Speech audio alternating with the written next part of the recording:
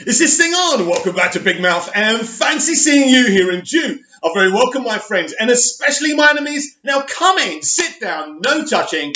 I don't do the touching. Are you feeling charitable is the question of the day. Then smash the subscribe button and the like button and make me YouTube famous. And please follow me on Twitter at Movies TV Mad. Welcome to Friday's edition of the DC Daily. I'm very, very happy to welcome you to today's show where we've got a bunch of DC stuff to talk about. But the subject of the day is, of course, Superman, the DCEU. It still creates such mass debate, some mass toxicity as well, and mass love. So there's lots of articles to read from Screen Rant. Screen Rant really do double down on DC content, and that's why I love them for doing that. Why new Superman movies have struggled to be successful. Despite being arguably the most recognisable superhero of all time, modern Superman movies have struggled to be successful in all aspects. And before you lose your shit, this is true. As much as I love Superman Returns and Man of Steel, and I do love them because my hero's in them and they do a lot of things right, but for the mainstream audience, they haven't stuck. They haven't created more Superman fans.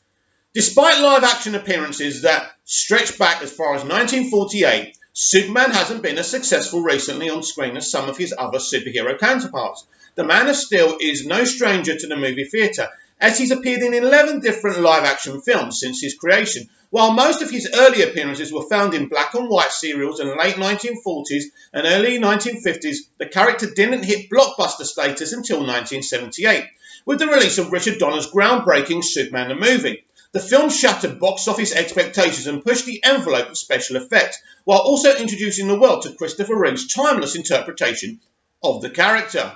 Superman the movie was so popular that it received 3 different sequels, and while Richard Donner's cut of Superman 2 is considered a triumphant achievement, the latter 2 films in the series failed to live up to the acclaim of the first 2.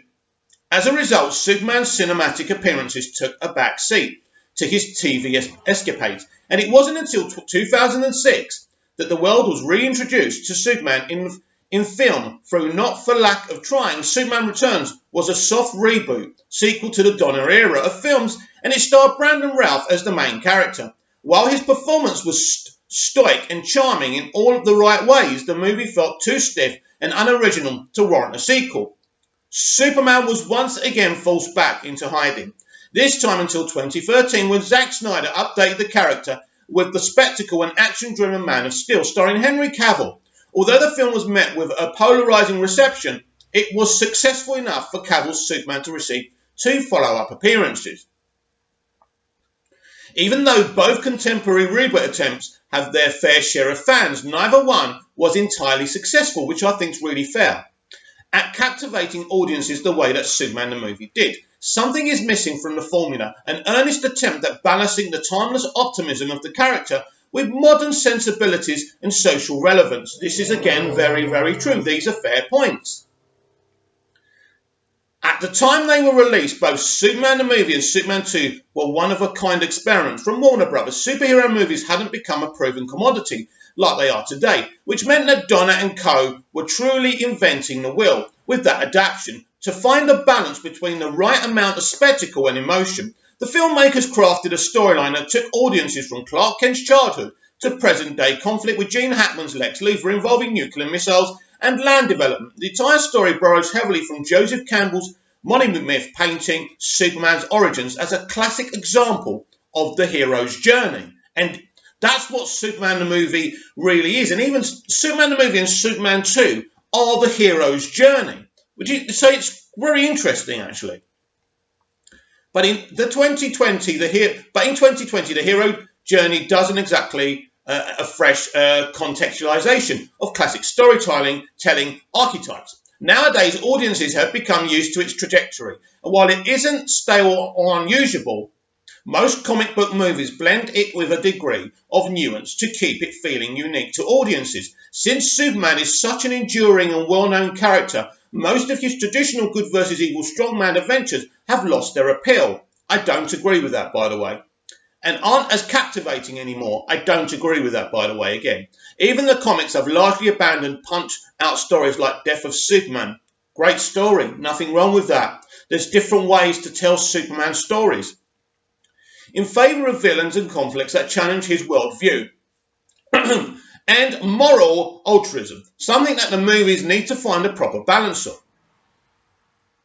The problem with recent Superman attempts is instead of trying to find a balance between honouring the interpretations that came before and striking out into uncharted territory, they usually gravitate towards one extreme. Superman Returns chose the former in an attempt to capitalise off of the roaring success and immediate iconography of the Christopher Reeve era of films. Bryan Singer made a movie that felt too beholden to all those things instead of attempting at originality in its plot and characters. That's true. The movie forces most of its cast into bad impressions of actors from the previous franchise. Agreed again. Right down to Kevin Spacey's performance as Lex Luthor. It all feels too derivative, can't say the word, to impress anybody. And despite Brandon Routh being a relatively good Clark Kent Superman, the movie wastes him by not giving him the opportunity to flex his skills with complex material.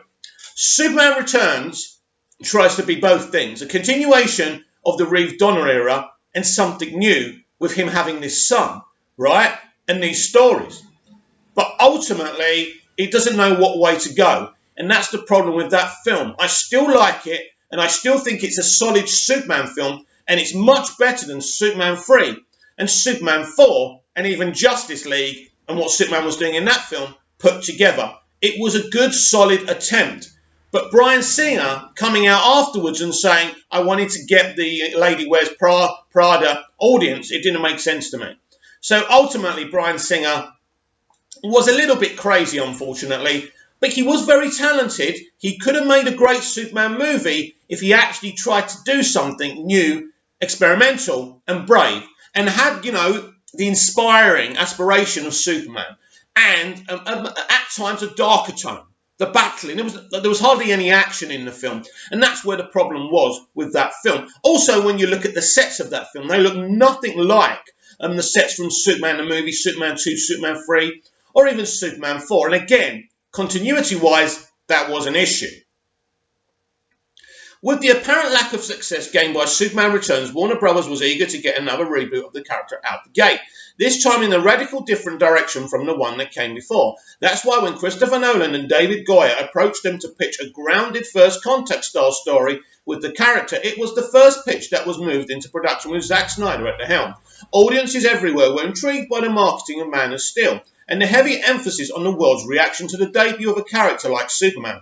Unfortunately, upon release, Man of Steel was met with mixed reactions from both fans and critics, and while the box office haul was relatively successful and far from a flop, the numbers seemed to push the idea that the film failed to resonate with the largest superhero movie audience. There's an argument to say this person is right. I'm going to find out who wrote this after the article, but yeah, I do agree with that. After Batman vs Superman Dawn of Justice doubled down on Man of Steel's tone and atmosphere, the problem became clear. The DCEU Superman lacked levity. While it's certainly commendable that Snyder and Warner Bros. Wanted to tell a story that allowed for Superman to be imperfect, there was no room made for the Man of Steel to be truly likable, to be a truly likable character to general audiences. Again, you can kind of see what he's saying with that. He's likable to me and you, of course, to many people who love that interpretation, but I understand why maybe mainstream audiences didn't warm to him. And also, we're fans of Snyder's style, but Snyder's style is a bit like having Marmite. It's all right for some and not all right for others. Henry Cavill, where are we? For Superman to be where are we? Lacked levity. While it's certainly commendable that Snyder and Warner Bros. Wanted to tell a story that allowed for Superman to be imperfect, there was no room made for Man of Steel to be truly likable character to general audiences, which is a terrible waste because Henry Cavill embodies him so well. A common criticism of the DCEU's interpretation of Superman is that he never smiles. Actually, he does. And while that's a very superficial and signed detail, it is related to a larger problem. But this article writer doesn't say that Superman in Man of Steel does smile. Now, I'm not sure if Superman, when he's Superman, if he ever smiles in Batman vs Superman, he probably doesn't. So related to a larger problem, the DCEU's first two movies don't emphasise Superman's unwavering altruism. His desire to do good simply because that's the way he was raised, even in the face of overwhelming adversity. Instead, it constantly feels like a joyless and dour affair watching him be a superhero, which isn't to say that Superman shouldn't be allowed to struggle, but those struggles should be contrasted with the genuine earnestness and the sincerity that has made Superman such an irreplaceable tenet of superhero media. To call it dour and unwavering is not right. Yes, it's not the joyful, smiley, winky Christopher Reeve Superman. It's a different modern day interpretation, and there's a place for it. I still feel you can do this within a film, but yes, there has to be an element of levity. You need a balance as well. But I don't think Snyder and co were wrong for doing this and just trying it out. Another problem is that outside of Man of Steel, neither BVS nor the theatrical cut of Justice League gives Superman much to do. Even Cavill himself agrees that Batman v Superman is more of Batman's movie than it is his. That is not true. It's both of their movie. Despite a major conflict revolving around the world's collective view of Superman, by the time Superman is killed off in his second DCEU appearance, it feels less like an earned and satisfying transition of the story, don't agree, and more like a contrived plot point forced in to fit the overarching story of the DCEU. Again, I don't agree.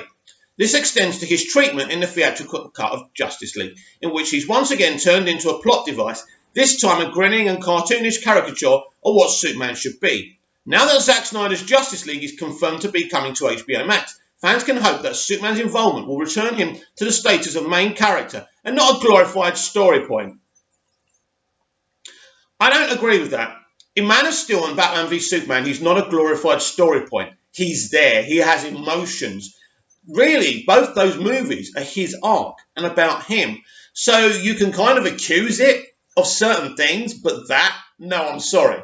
With both Superman Returns and Man of Steel, too much emphasis was placed on trying to please viewers instead of writing the best character.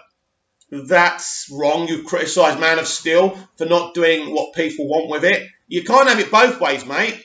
Both visions were driven by an arbitrary desire to box Superman into a selling gimmick to attract audiences. No. Be it as a nostalgia trip for Christopher Reeve's interpretation, or a desire to make Superman a cynical pariah in order to appeal to modern movie-going sensibilities. Again, that's not what it was. Despite the pros and cons of both approaches, both tried too hard to rework the character based on what Warner Brothers believed would be the most appealing to a wide demographic. Superman movies in the future need to take a good long look at why the character has persisted in comic books for so long.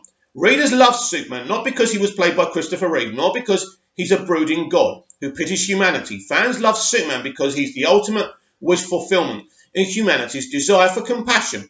He's a being that's infinitely more powerful than anyone could hope to be, yet chooses to use that power for good, out for nothing but the kindness of his own heart. The character's next on-screen appearances need to find the right balance between action and levity. I agree with that. Between Clark Kent and Superman, and between timelessness and social relevance, of which Superman has a lot. But the most important thing that should never be lost sight of is what Superman represents. A vision of kindness, human empathy that is severely under attack in this day and age. I do like that last paragraph. Who wrote this? Let's have a look. This was by Chris Hon Baker. Very good article in places. There's a lot I don't agree with. Now, this is the thing. The next person, aka J.J. Abrams, who tackles a Superman movie has got a daunting task. And they're going to be after them. They're going to be talking about them. They're going to be asking them a lot of serious questions. Unfortunately for JJ, there's a lot of accusations going towards him already. This is not going to help the situation. This really is J.J. Abrams' last chance saloon to make something work. Now, J.J. Abrams' box office haul is very impressive. When you look at The Force Awakens, over $2 billion. When you look at Star Trek 2009, great box office. Into Darkness, very derivative tale and a bad reaction from diehards, but that made a lot of money too. He has got a good box office record. Mission Impossible 3, not too bad. The Rise of Skywalker, over $1 billion. People say that's bad. So he has got a good box office haul. So on average, you would say his Superman movie should at least cross $1 billion. Of course, it's not as simple as that. Now, in terms of this kind of conflict of what Superman should be, I feel everyone has a different idea what Superman should be, and that is a problem. It's a bit like Doctor Who. Everyone has a different idea what the Doctor should be. And if there's an interpretation that people don't like, they lose their shit. And I think this is what's happening with Superman. In Man of Steel, Clark is a pure-hearted character. He smiles at times. He's Superman. But it is an alien invasion first contact story, and BVS is a reaction to that alien invasion first contact story. It's a darker world. It's really Superman Begins. Even BVS's Superman Begins, he's not there yet. Snyder was trying to tell a realistic, real-world story of how Superman goes from that to the Superman we know and love. We were going to get there, but people lacked the emotional intelligence and patience to allow that to happen. But I do agree with elements of that article where you could say, you know what?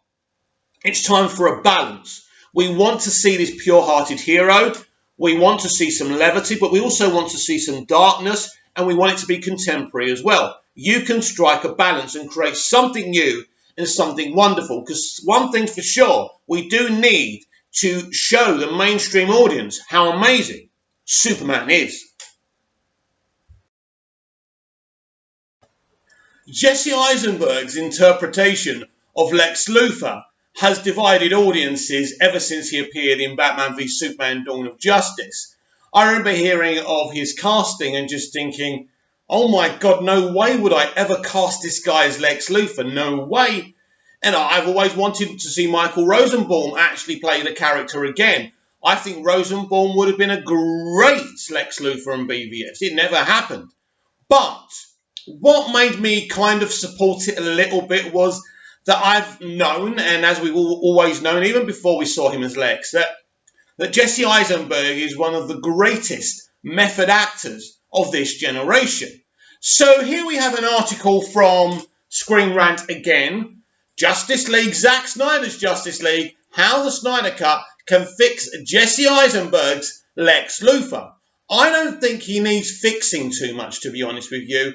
It was a great interpretation, which we can talk about after we've read this. Lex Luthor will have more scenes in the Snyder Cut of Justice League, and that's a great opportunity for Eisenberg's performance to win fans over. I think the people who don't like him will never like him. They might like him a little bit more, but there is just this antiquated oppression towards this guy's Lex Luthor, and it's pretty much the antiquated oppression against Snyder's vision. Jesse Eisenberg's eccentric performance as Lex Luthor in Batman v Superman Dawn of Justice was a point of controversy in an already controversial movie, but the upcoming release of the Snyder Cut of Justice League may shed more positive light on the interpretation. Zack Snyder was the original director of Justice League through principal photography and part of post-production before personal circumstances led him to step down, after which Joss Whedon took over and extensively reworked many aspects of the film. After heavy fan petitioning, Warner Brothers recently announced that they would commit to a $20 to $30 million to complete Snyder's original vision. We now know it's much more than that. Snyder's original vision of the project, now titled Zack Snyder's Justice League, which will be released on HBO Max. This cut is expected to expand upon the storylines of many characters, including Luthor. Although the final battle of Batman v Superman Dawn of Justice sees Batman, Superman and Wonder Woman battling Doomsday, Lex Luthor is the primary antagonist of the film, orchestrating challenges to the Man of Steel's power and pitting him against Batman. He is defeated and captured in the end, and then goes unseen throughout the entirety of Justice League until a post-credits scene shows him recruiting Joe Manganiello's Deathstroke into a villainous coalition. But he originally had a much bigger role that expanded on his arc in Batman v Superman. But what was very clear from that post-credits scene was that Jeff Johns and DC Entertainment were planning to do an not an Injustice movie, but these villains, these group of villains together, or to maybe do a Justice League sequel where the Justice League are fighting these villains, Deathstroke, Lex Luthor. So obviously, even though there was a divide about Jesse's performance, even Jeff Johns was willing to give this actor a go. as this character. In fact, when you hear Jeff Johns talk about Jesse's performance privately, Jeff was very glowing about that. And I know this fandom has a lot of issues with Jeff Johns, but so it did look like we were going to get a lot more Jesse Eisenberg as Lex Luthor anyway, under Jeff Johns' DC Entertainment banner as well. So that's interesting to think about. According to Eisenberg, his Luthor had more screen time in Zack Snyder's original cut of Justice League. Although Steppenwolf would still be the main villain, the harbinger of reclusive Darkseid, Lex Luthor's appearance would be notable in that he would already have served some time in prison, which would doubtlessly have altered the sheltered, idiosyncratic demeanour he displayed in Batman v Superman. Snyder also said Darkseid has a plan for Luthor. Interesting. I didn't know Zack ever said that. Wow. Implying a much larger significance, even in a non-central role. A few scenes showing this transitional period in his life could go a long way in fleshing out the hitherto unexplored dynamic between his roots as an awkward tech billionaire and his destiny as an iconic supervillain. Much of the dissatisfaction of Eisenberg's performance in Batman v Superman stemmed from the dissonance fans felt between it and DC's Machiavellian mastermind, typically portrayed in other stories. However, modernizing the archetypal evil genius in the age of Silicon Valley does inherently make a lot of sense. Agreed. And there are even few moments, such as his speech at the LexCorp Gala, where Luthor's awkwardness takes on a strange form of unsettling menace. But the ideal way of viewing that interpretation is probably a sort of an origin story. Exactly. After all, the DCEU's Luthor didn't even have his signature shaved head until after his imprisonment at the end of Batman v Superman Dawn of Justice. By following up on this transformative defeat, the Snyder Cut can pay off the character in a way that wasn't prioritised in the theatrical cut. And here's the thing. The Snyder Cut, Zack Snyder's Justice League, was always going to explain the unexplained in his Justice League movie, but no one gave the man a chance. Until its release in 2021, we can only speculate on how differently Luthor will comport himself in this new version of Justice League, even if he does evolve into a more developed villain. It's evident Eisenberg's take will still be different. Modern spin on the 80-year-old villain. This is likely for the better because while Snyder is clearly eager to honour his comic book source material, all of the DC heroes that he has worked with have been filtered through his particular lens, and they need an antagonist that feels cut from the same cloth. Agreed. Ultimately, fixing Lex Luthor may have less to do with changing him than with giving Jesse Eisenberg's performance enough time to grow into what it was truly meant to be. Exactly. Another great article from Screen Rant. This is the thing, right? I was talking to someone who I follow and follows me on Twitter saying, it's just a bad version of Lex. And I quoted Man of Steel. People hate what they don't understand. People didn't get it. People don't understand why Lex is doing what he's doing because it takes a bit of a deeper meaning. It takes a bit of concentration. And today's audiences mainstream audiences don't have that concentration. And this is the problem of Batman v Superman. It's an indie movie for an indie audience. And this must be one of the biggest, highest-grossing indie-style movies we've ever seen with the biggest budget, because that's what that film is. And the disparity of Lex Luthor, of Jesse's performance, I think it's a good one, and it's an intelligent one, but for mainstream audiences, it wasn't what they wanted or expected, and that's a shame. And we're just going to have to wait and see what he does in Zack Snyder's Justice League. I think he's going to evolve brilliantly, and I can't wait to see what he's going to do.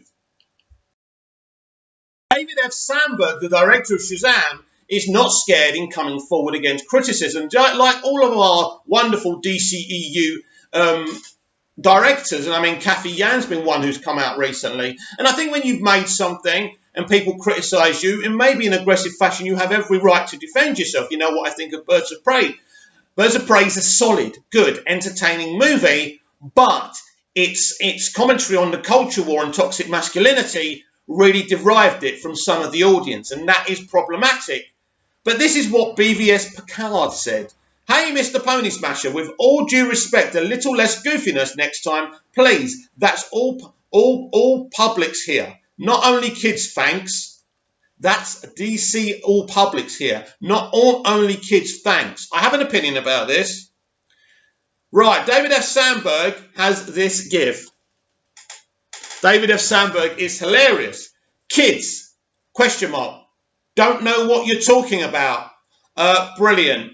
And there is a bit of there is another comment. P.S. No need for angry replies to the person. It's all just opinions. Well done, David. Great guy. Great lad.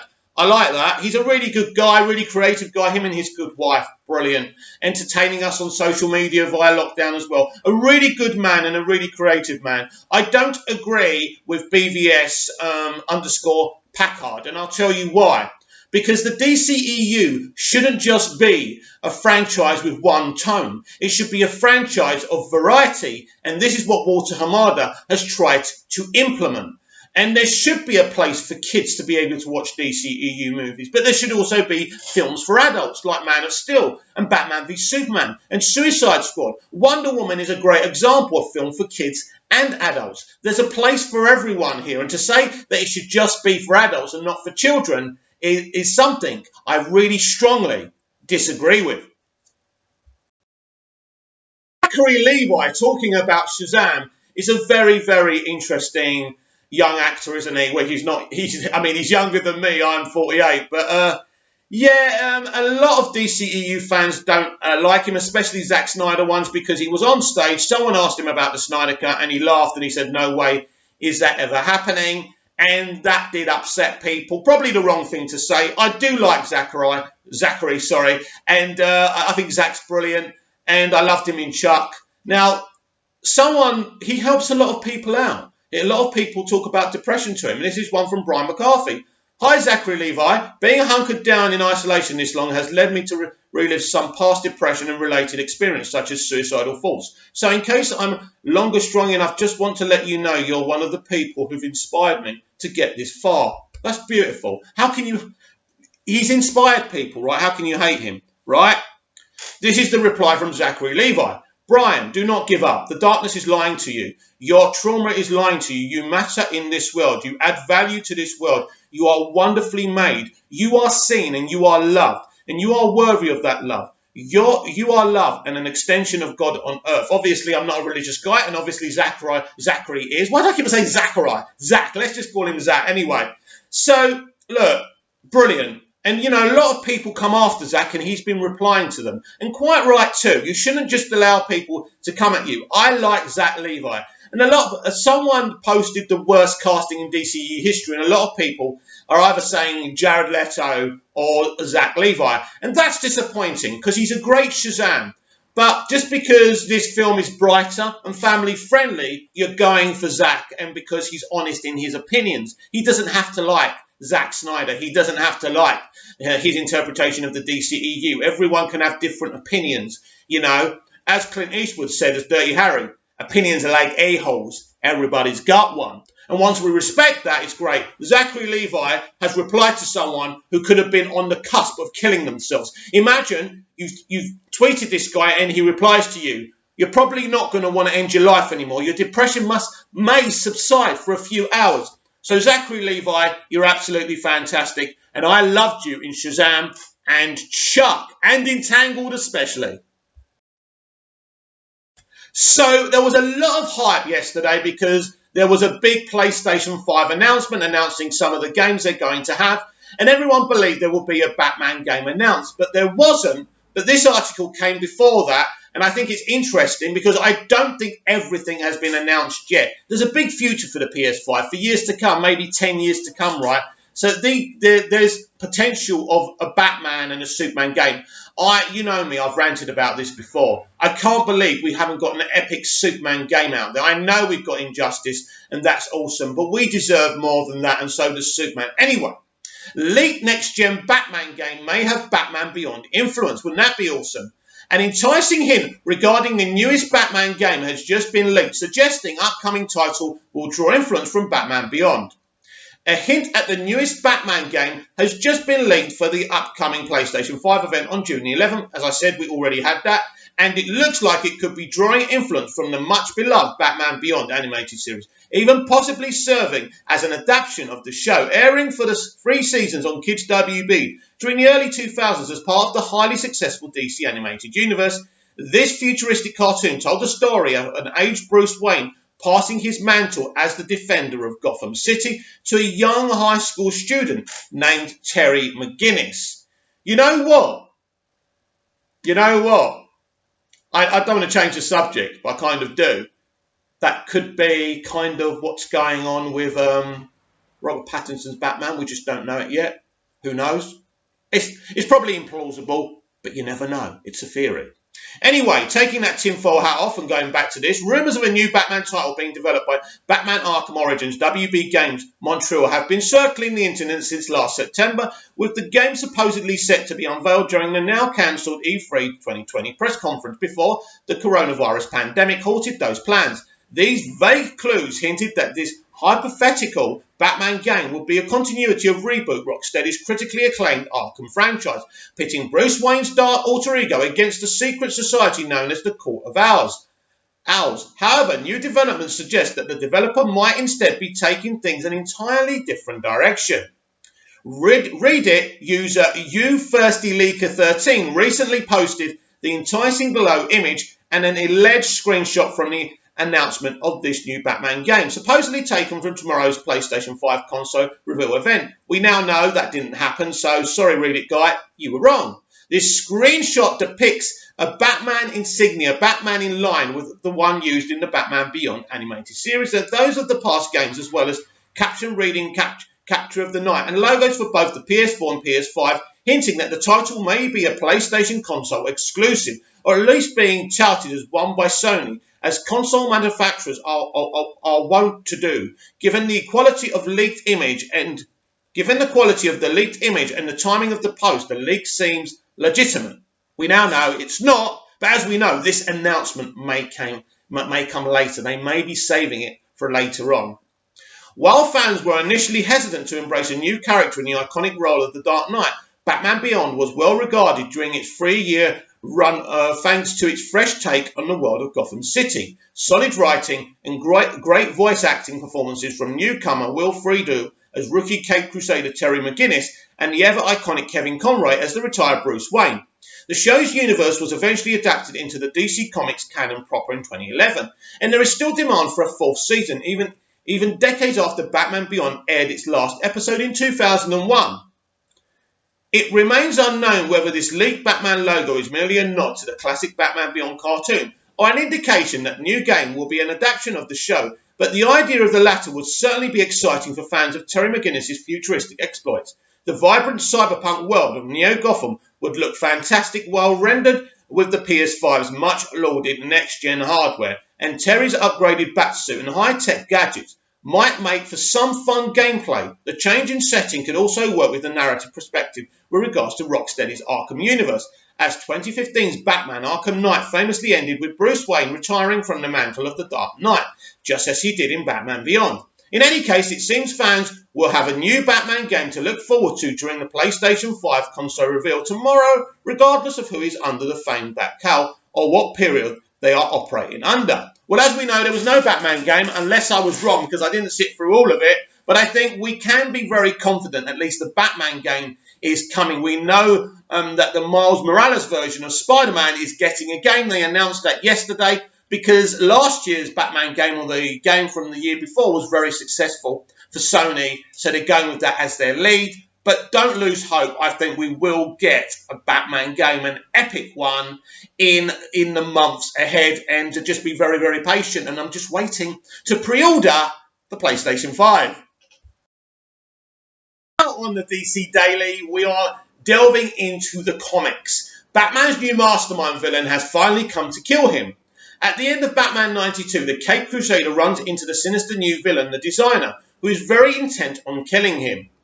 The Designer has finally revealed himself to Batman after a long build-up to their first encounter, and he's already displaying huge advantage over him. Knowledge of his secret identity, the hero comes face to face with the criminal mastermind during the final moments of Batman 92. But first, he has to deal with yet another threat sent to him by the new villain.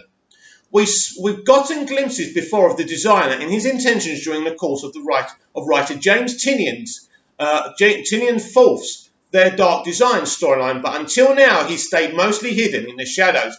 In the meantime, Batman has been very busy with everything else that's been thrown his way. A bunch of hired assassins led by Deathstroke, who has always been a handful for Batman in the past, have been wreaking havoc. A returning Joker looms on the horizon, and now the Riddler is playing his part in the designer's conspiracy. Driven insane by the sleep deprivation thanks to a recent binge on military-grade mind enchantment drugs, Edward Nygma has taken control of Gotham, using force fields to turn the city into a giant crossword puzzle. Now, how awesome is that? Imagine if that was in a film. Batman must answer the villain's riddles correctly, or sections of the city will be blown to pieces. While oftentimes a challenge for Batman, this outing doesn't appear to be one of the Riddler's bets, probably because his psyche is on the brink of collapse.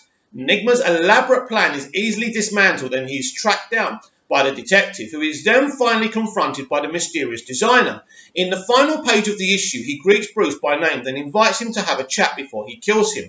Things certainly look like they're about to get interesting.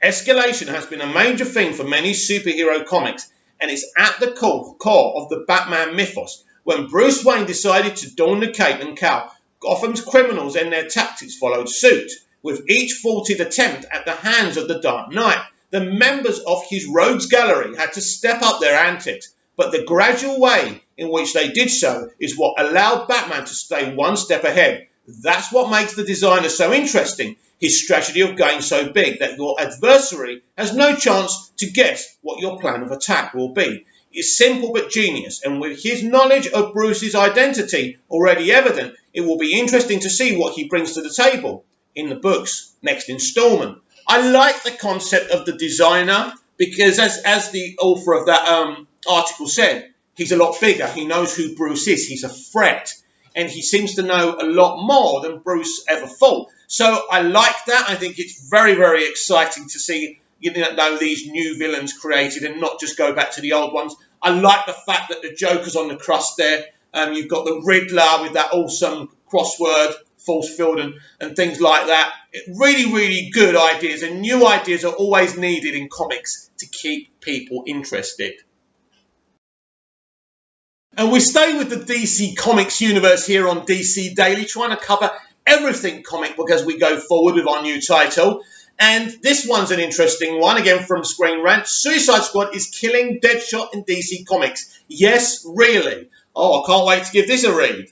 In an exclusive preview of Suicide Squad 9, the team faces a shocking death of one of its core members. But who's responsible? The Suicide Squad is called such for good reason. Being a member of Task Force X is one of the most dangerous positions a villain or an anti-hero can be in, as they're in constant danger and just one wrong move from having their head blown off. In an exclusive preview provided to Screen Rant, one character who survived countless iterations of the squad is about to meet his end. But who exactly is the killer? Tom Taylor and Bruno Redondo's Suicide Squad run has introduced a handful of new characters to the team. In the debut issue of the series, readers were introduced to the Revolutionaries, a group of anti-heroes who some view as eco-terrorists who were forced to join Task Force X with longtime members Harley Quinn and Deadshot among those heroes. The eerie Chaos Kitten, I don't know this character by the way, the Ficlacine, Osita and Wink. The team was initially larger, but multiple members have been killed on missions, with the new Suicide Squad rebelling against Locke breaking free of the squad and finding out Ted Cord, aka the Blue Beetle, was somehow running the show. Things were about to get even deadlier. In an exclusive preview, Suicide Squad 9, the sharpshooter Deadshot is going to meet his end. With the squad chasing after Ted Cord, Floyd Lawton will have to die for his cause. Redondo's cover for the issue is grim, as Harley Quinn holds Deadshot's bloody and broken mask as there's blood all around her. Killing Deadshot would be a pretty shocking move, so whether the long-time squad member is actually dead or there's more to this story remains to be seen. I think he's not dead, but we will see. What is clear is that the Suicide Squad's coming after Ted Cord, and things are about to get even more violent. Check out the cover and solicit for the issue below. Wow. Look at this. Look at this. Just look at this. This is so compelling. That's Harley Quinn holding Deadshot's bloody mask. That's some great artistry there. Wow. And so iconic. Yes, I was shocked to read that this morning when I woke up. And I thought, wow, that's Deadshot being killed off. But what I like about the Suicide Squad and the graphic novels, and what we're going to see in James Gunn's The Suicide Squad movie, is that you always get new members, and basically Waller doesn't give a shit. If you die, she'll bring new people into the squad. And I like that concept being put down so well in a graphic novel of Suicide Squad. Do I believe that that Deadshot will be dead forever? We know they always reboot the comics anyway, so he'll be back one way or another. Maybe they're giving him a rest, or maybe by the end of this arc, he'll be back. The Flash will try to save Wally West in DC's Speed Metal. The Flash family races to save Wally West from the Batman Who Laughs in a high-octane trek through an apocalyptic DC universe. What a great concept. The Batman Who Laughs is flipping frightening. I don't know if you've ever read it, read this character before in the comics. I'd like to see that in live action, or even do the Batman Who Laughs, live action TV series on HBO Max. How awesome would that be? Wally West's life has gotten complicated, to say the least. He's been arrested for murder after suffering a mental breakdown and killing several heroes, pulled back into the Speed Force, and now has apparently become the new Dr. Manhattan. Wow. And if that weren't enough, it seems that Wally is being targeted by the Batman Who Laughs. Now the Flash family is pulling out all the stops to save their friend. Dark Knight's Death Metal Speed Metal 1, written by Joshua Williamson with art by Eddie Barrows and A.B. Ferrari, and a cover by Howard Porter, will show the efforts of the Speedsters to save Wally and stop the Batman Who Laughs from gaining the powers of Dr. Manhattan. Wow. The one-shot will place after Dark Knight's Death Metal 3, another great one, alongside two other one-shot, Dark Knight Death Metal Trinity Crisis, Dark Knight's Death Metal Speed Metal. Described as a drag race from hell, the one-shot will see the various speedsters allied with one goal: to save Wally West, perhaps from both himself and the Batman Who Laughs. Fortunately, Wally West has not one, not two, but three Flashes in his corner. Barry Allen, the current Flash, will lead the trio with an assist from Wally's alternate timeline counterpart, Wallace West, the current Kid Flash, alongside the Golden Age Flash, Jay Garrick. Always need a bit of Jay, don't we? Unfortunately, the Batman Who Laughs is never to be outdone, and the cover seems to indicate the four Flashes, including Wally, on the run from dozens of what look to be zombie Flashes, who are apparently the Lightning Knights. The cover also shows Batman Who Laughs looming large in the background. All of the Flashes are boosting new costume updates, fitting death metal's hard rock post-apocalypse. Now this is the picture. Can I close up on it? No, I can't. But there you go. If you just look at it a bit, freaking awesome. I love comic book artists. I really do.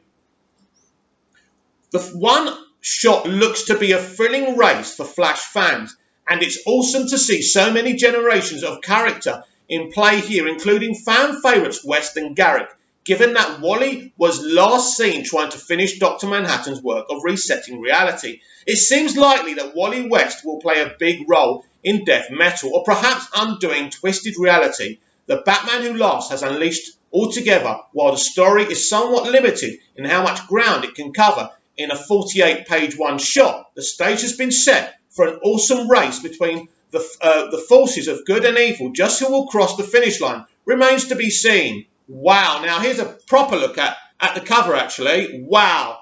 That is the balls, mate. That is absolutely fantastic. Look at that. Look. A great story. I love these one-shots, by the way. And, Wally West is really going through it. Sorry. It's the throat. I can't do a session without coughing or something, can I? Sorry about that. Yeah. You know, these one-shots in comic books and graphic novels are so good because they don't cover a lot of space, but they do tell one-shot interesting stories. And to think that the Batman Who Laughs is coming after, you know, Wally West is pretty interesting. And then the rest of the Flashes are going to have to save him. You know, that would be an awesome episode of the Flash TV series. You could do that in a Flash movie. And then you could have the Batman Who Laughs in it as well. How awesome would that be? Batman's first appearance to get star-studded tribute. Wow. Some of the best storytellers in comic books are assembling for Detective Comics 1027, which celebrates Batman's first appearance. Batman will be getting a hero's tribute this September in the form of a giant-sized special making his first appearance in the pages of DC's flagship series. Weighing in at a hefty 144 pages, Detective Comics 1027 will feature stories from some of the biggest writers and artists in comics today, many of whom have created or contributed to some of the characters' greatest stories. Scheduled for release on September the 15th, 2020, DC announced in a press release today that the stories showcased in issue will take us from the seediest corners of Gotham City to the farthest reaches of the DC universe, with fans also getting a few hints as to what Batman's new adventures might entail. Creative team to be featured include Greg Rucka, Edward Russo, Grant Morrison, Chris Burnham, Tom King, Walt Simonson, James Tynion IV, Riley Rosmo, Peter J. Tomasi, legend, Brad Walker, Dan Jurgens, legend, Marv Wolfman, legend, Emmanuel Lepuccino, and Bill Sickenwicks. Brian Michael Bendis, legend, David Marquez, Mariko Tamanka, Dan Morrow, Scott Snyder, legend, Ivan Reese, Kelly Sue, DeConnick, John Romita Jr., Klaus Johnson, and Matt Fraction Chip Zdarsky. There will be 10 variant covers offered showing friends and foes from Batman's past. The issue will retail for $9.99. Wow. Brilliant, brilliant. And I think this is a statement from DC Comics. Detective 1027 has been a massive undertaking, and I'm really excited for fans to see what editors Paul Kaminsky and Dave Wiglogs have in store come September, said Abernathy. A great combination of writers and artists are putting in their best work on the book, and fans should pay close attention to these stories, since some of them will plant the seeds for both Batman's future, that of DC Universe, which stories you'll have to wait until September the 15th out. Debuting in Detective Comic 27 back in 1939, Batman's first adventure saw the vigilante assisting Commissioner Gordon in solving the murder of a wealthy chemical manufacturer. Could this be what Robert Pattinson's The Batman's doing in The Batman? Interesting theory again. So, in solving a murder of a wealthy chemical manufacturer, written by Bill Finger, who only recently gained credit as a co-creator of The Dark Knight. You know, he should have had his credit years ago. Disgusting. And illustrated by Bob Kane, the character spawned from one of the first story which would go on to change the face superhero comics forever. The face of superhero comics forever, should I say. Unlike Superman, who had debuted the year previous in Action Comics 1, the Batman had no superpowers except for that one time, to speak of relying on his intellect, combat prowess, and assortment of cool gadgets to save the day. There have been a few other birthdays celebrated in the Batman universe this year. There have been a few other birthdays celebrated in the Batman universe this year. The most recent one came this week as the Joker received a 100-page special issue dedicated to the Clown Prince of Crime, which he deserves absolutely, while Robin got a similar treatment in March. Both commemorated the 80th anniversaries of the respective characters' creations. Batman's celebratory issue comes out on September the 15th, 2020. Really, really exciting. It's just great to celebrate Batman. He's such an amazing character. He means so much, because people talk about Spider-Man being a real boy, to take the Pinocchio context right, a real human being, and he's intelligent, and he uses his intellect and fortune to give back to the community and fight evil. He's a vigilante, though. So he is deemed as a criminal sometimes as well. And I think that Chris Nolan's Dark Knight encapsulates that. I can't even say the word. I can't even talk anymore, but you know what I mean. It encapsulates that, right? Because what that word is, I can't speak anymore, is that at the end of the Dark Knight, what Chris Nolan does is says, This is what he has to be. This is the hero he has to be. He has to be a villain now. He has to be hated to keep on saving us. A bit like Robin Hood. Something we need right now with Black Lives Matter, and I've spoken about that before. So Batman is so important, and it's important to celebrate him the right way. And there's a lot of talk right now, isn't there, about comics and comic distributors and comic books, and comic book shops are dead. I don't know if comic book shops are going to die. I hope not. But the truth of the matter is, the most important thing is that comic books never die. And they never will. Because you and me will keep them alive. Superman's dumbest movie power is from the comics. Sort of. One of Superman's dumbest movie moments was basically taken right from the pages from the Man of Steel's early comic adventures. Christopher Reeve's Superman remains one of the most iconic performances even in superhero films ever. Most iconic performances ever in superhero films ever. Reeves perfectly embodied the Man of Steel in 4 different Superman films. With that said, the Superman movies featured some questionable moments, like the time Clark Kent made Lois Lane forget his secret identity with a super kiss. Yep. Superman 2 1981 was somewhat controversial, as director Richard Donner, who helmed the first Superman film, was fired after the movie was nearly done being shot. Richard Lester took over as director and made some key changes that would later be erased in Donner's more recent cut of the film. One of the biggest changes Lester made was shooting an all-new ending that featured Clark Kent consoling Lois Lane after she's upset about finding out his true identity as Superman. Inexplicably, Clark kisses Lois Lane, which wipes her mind. At first glance, it might seem like Lester gave Superman powers that he's never had. But the super kiss did happen in the comics, sort of. In Action Comics 306, 1963, by Robert Bernstein and Al Pastino, the issue owns up with Clark, Lois, and Perry White at a Daily Planet Christmas party. Perry encourages Clark to stand under the mistletoe, since he's the only person who hasn't so far. Standing under the mistletoe, Lois tells Clark that she's going to kiss him. If you were Superman, Clark decides to teach Lois a lesson by giving her a super kiss. Surprising the Daily Planet surrounding staff, Clark gives Lois a major smooch under the mistletoe. Once the kiss ends, Lois struggles to stay on her feet as she's dizzied by the kiss. Yes, for a while I thought you were someone else. Where'd you pick up that technique? Lois asks Clark. Maybe it's sort of a hidden talent. After all, you don't know everything about me, Clark responds. Wink, you know what I mean.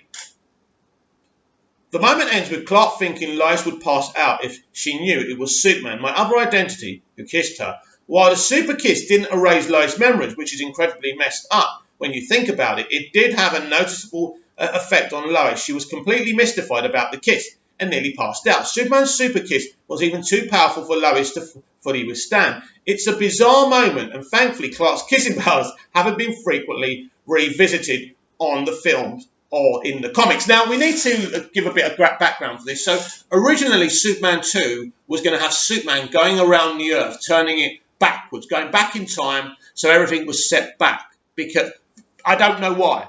Now, what happened is they didn't have an ending, a climax, to solve what was going on in Superman the movie, how to solve Lex Luthor's missiles and things like that. So Warner Brothers told Tom Mankiewicz, the writer, the guy who rewrote Superman the movie, for Dick Donner, that they should take that sequence from Superman 2 and put it in Superman the movie, which they did. So if it stayed in Superman 2, there would be no need for a kiss, because Lois would forget anyway, because they would have gone back in time, and everything would have been set right, depending on your opinion, if Lois should know the truth anyway. But they couldn't do this. Lester couldn't do this, and Donner wouldn't have been able to do this anyway. So without, going back in time. So they came up with another idea, which is the super kiss. The super kiss is weird. It can be deemed as dumb, but it's also a very neat and tidy way of her forgetting. And her whole reaction afterwards is great. And I think it kind of works, so I didn't hate it that much, but I can understand why people might think it's odd. And by the way, that scene before the kiss is amazing. She's not upset because she's just found out Clark's Superman. She's known it for a while in this film.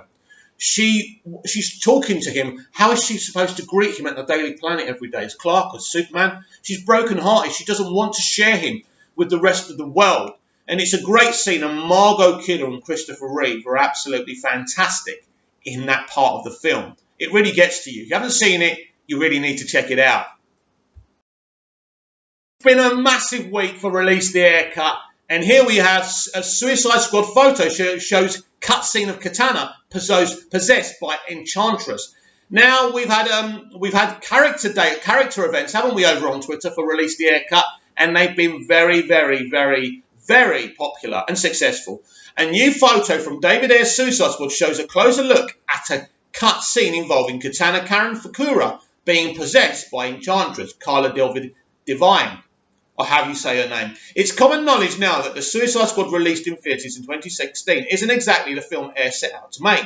Warner Bros. Was concerned that Ayer's darker tone wouldn't be well received by fans following disappointment of Batman v Superman Dawn of Justice and the success of Deadpool. As a result, the studio ordered extensive reshoots that completely altered Ayer's vision. Ayer attempted to retain parts of his script, but in the end, the only battle he won against Warner Bros. Involving Diablo's Jay Hernandez's backstory.